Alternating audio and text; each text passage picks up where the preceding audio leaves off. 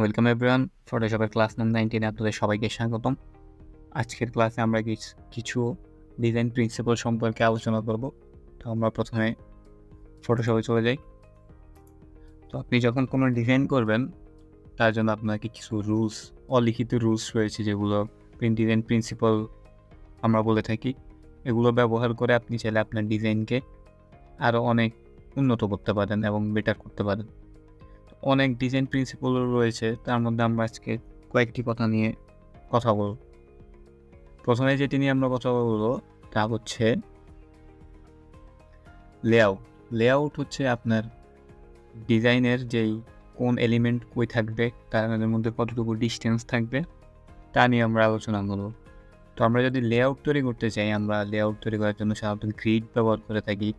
তো গ্রিড তৈরি করার জন্য ফটোশপের মধ্যে আপনি প্রথমে ভিউতে গিয়ে দেন নিউ গ্রিড লেআউটে গেলে আপনি চাইলে এখান থেকে গ্রিড তৈরি করে নিতে পারবেন আপনার মতন করে। আপনি চাইলে কলাম, রোজ, মার্জিন এগুলো এক্সেট্রা অ্যাড করতে পারবেন। তো আমরা আজকে একটি কমন গ্রিড নেব, এটাকে আমরা রুল অফ থার্ডও বলা হয় ফটোগ্রাফির ভাষায়। এই গ্রিডটির অন্যতম প্রধান ব্যবহার হচ্ছে সাধারণত যখন কোনো মানুষ কোনো ইমেজ বা কিছু দেখে, সাধারণত এই দুইটি পয়েন্টে সবার আগে ফোকাস যায়। যে কোনো মানুষের এই দুইটি পয়েন্টে সবার আগে ফোকাস যায়। তো যখন আপনি কোনো ডিজাইন করবেন, আপনি চেষ্টা করবেন আপনার সাবজেক্টের, যদি আপনি সেন্টার এলিমেন্ট না করে ডিজাইন করেন, সেই ক্ষেত্রে আপনার সাবজেক্টের যে কোনো একটি অংশ, বিশেষ করে যদি হিউম্যান সাবজেক্ট হয়, তাহলে তার হেডটা এই দুইটি পয়েন্টের যে কোনো একটিতে রাখা, বা তার ফেসের একটি অংশ এই দুইটি পয়েন্টের একটিতে রাখান, অন্য পাশে টেক্সট এলিমেন্ট বা বাকি সব এলিমেন্ট ইউজ করব। তো আমরা যদি একটা সিম্পল লেআউট তৈরি করতে চাই, তো আমরা প্রথমে আমাদের একটা সাবজেক্ট নিলাম, আমাদের এই রেক্টেঙ্গেলটা আমরা ধরলাম আমাদের একটি সাবজেক্ট। এখন যদি আমরা এই সাবজেক্টটিকে এখানে রাখি এবং আমাদের মার্জিনের যেই এরিয়াটুকু রয়েছে সাইড এরিয়া, আমরা তার বাইরে এলিমেন্টসগুলো প্লেস করবো না। ব্যাকগ্রাউন্ড ইমেজ সমস্যা নেই, এলিমেন্টস গেলেও সমস্যা নেই, তো আমরা চেষ্টা করবো মার্জিনের ভিতরে রাখা। তো আমরা যখন এটিকে রাখলাম, এখানে আমরা আমাদের সাবজেক্ট হিসেবে এটিকে রাখলাম, তো আমাদের একটি ফোকাল পয়েন্ট এটি ইউজ করলো। আমরা আপাতত এটিকে এখানে রাখি। তো ডিজাইন প্রিন্সিপাল আরেকটি বিষয় হচ্ছে কন্ট্রাস্ট, বা আপনার পোস্টারটা কতটা ব্যালেন্স। সেই ক্ষেত্রে সবগুলো রুলসেরই সবচেয়ে মূল বিষয় হচ্ছে আপনার ডিজাইনটাকে ব্যালেন্স করা, এবং তাতে যেন ভিউয়াররা ঠিকমতো কোনো ঝামেলা ছাড়াই তাদের ইনফরমেশনগুলো পাইতে পারে। এগুলো হলো ডিজাইনের প্রিন্সিপালের মূল উদ্দেশ্য।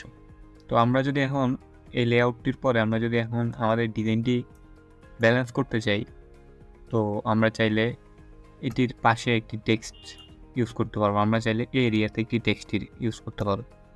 আমরা যখন এই এরিয়াতে টেক্সট ইউজ করব, তখন যেহেতু আমার এক পাশে অলরেডি আমাদের সাবজেক্টটি এই পাশে রয়েছে, তাই আমরা যখন এই পাশে আমাদের টেক্সটগুলো ইউজ করব, তখন জিনিসটা অনেক ব্যালেন্স হয়ে যাবে এবং অনেক কন্ট্রাস্টটাও মেনটেন করবে। তো আমরা যদি একটু টেক্সট নিই, তো আমরা টেক্সট নিয়ে প্রথমে, যেহেতু আমাদের এটি একটি ডিজাইন হিসেবে আমরা এখন ডিজাইন করব, তো আমাদের প্রথমে একটা হেডিং দরকার। আমরা প্রথমে একটা হেডিং নিই।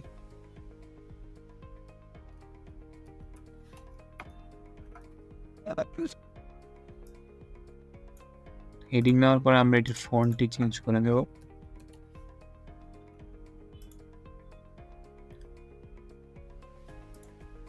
কালারটাও চেঞ্জ করে নেই।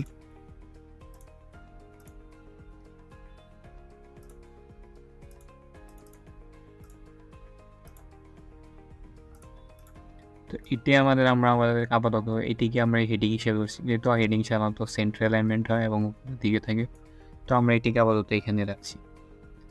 তারপরে আমাদের প্রয়োজন একটি সাব হেডিং। তো আমরা সাব হেডিংয়ের জন্য আবার একটি টেক্সট নিই।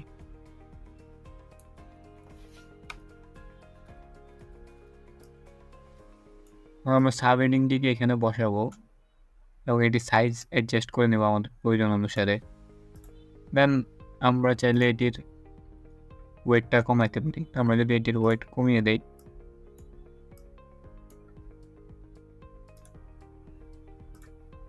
দেন আমরা যদি আবার একটি আমাদের মেন বডি টেক্সট নিতে চাই, আপনারা যখন টেক্সট টুল ইউজ করবেন তখন চাইলে এইভাবে ড্র্যাগ করলে একটি এরিয়া তৈরি করতে পারবেন।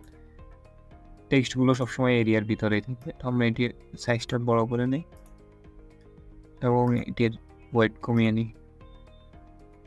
যখন টেক্সট এরকম বড় প্যারাগ্রাফ আকারে ইউজ করবেন, সবসময় চেষ্টা করবেন এগুলোকে রাইট অ্যালাইনমেন্ট করা, সেন্টার বা লেফট অ্যালাইন না।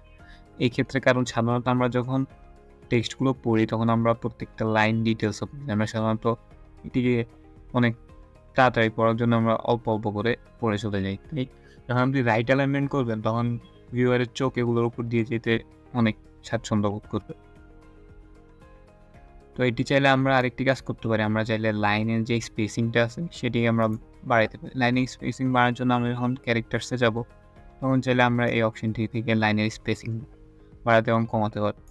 আমাদের প্রয়োজন অনুসারে আমরা তা নিতে পারি। তারপরে আমরা আরেকটি টেক্সট নেই।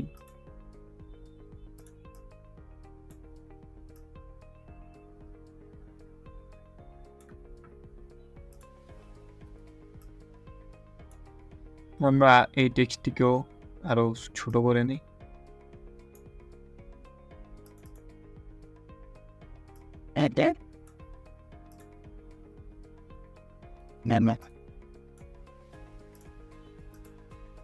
আপনারা যখন টেক্সটে ডাবল ক্লিক করবেন তখন আপনাদের এই এরিয়াটা চলে আসবে। আপনি চাইলে তখন এই এরিয়াকে বাড়াতে এবং কমাতে পারবেন।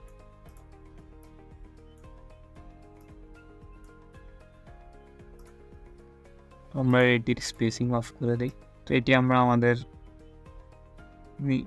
বটম টেক্সট হিসেবে আমরা প্যাডিং হিসেবে ইউজ করতে পারি। এটিকে আমরা সেন্টার এলিমেন্ট রাখবো, যেহেতু এটি আমাদের বডি না, আর এখানে ভিউয়ারের ফোকাসও তেমন থাকে না। এখন যদি আপনি দেখেন তাহলে আমরা একটি সিম্পল লেআউট তৈরি করেছি একটি পোস্টার ডিজাইনে। এটি এরকমভাবে আপনারা চাইলে আপনাদের ডিজাইনগুলোর লেআউট তৈরি করে নিতে পারেন। তো লেআউটের উপরে আপনার ডিজাইনের অনেক কিছু নির্ভর করে যে আপনার ডিজাইনটা কতটা ফ্লুয়েন্ট হবে এবং ভিউয়াররা কত স্বাচ্ছন্দ্য বোধ করবে আপনার ডিজাইনের উপর। তো আজকের ক্লাসে আমরা লেআউট, গ্রিড এবং আমরা আমাদের কন্ট্রাস্ট সম্পর্কে আলোচনা করলাম। তো এই ছিল আজকের ক্লাসের মতন। ধন্যবাদ সবাইকে, দেখা হবে পরবর্তী ক্লাসে।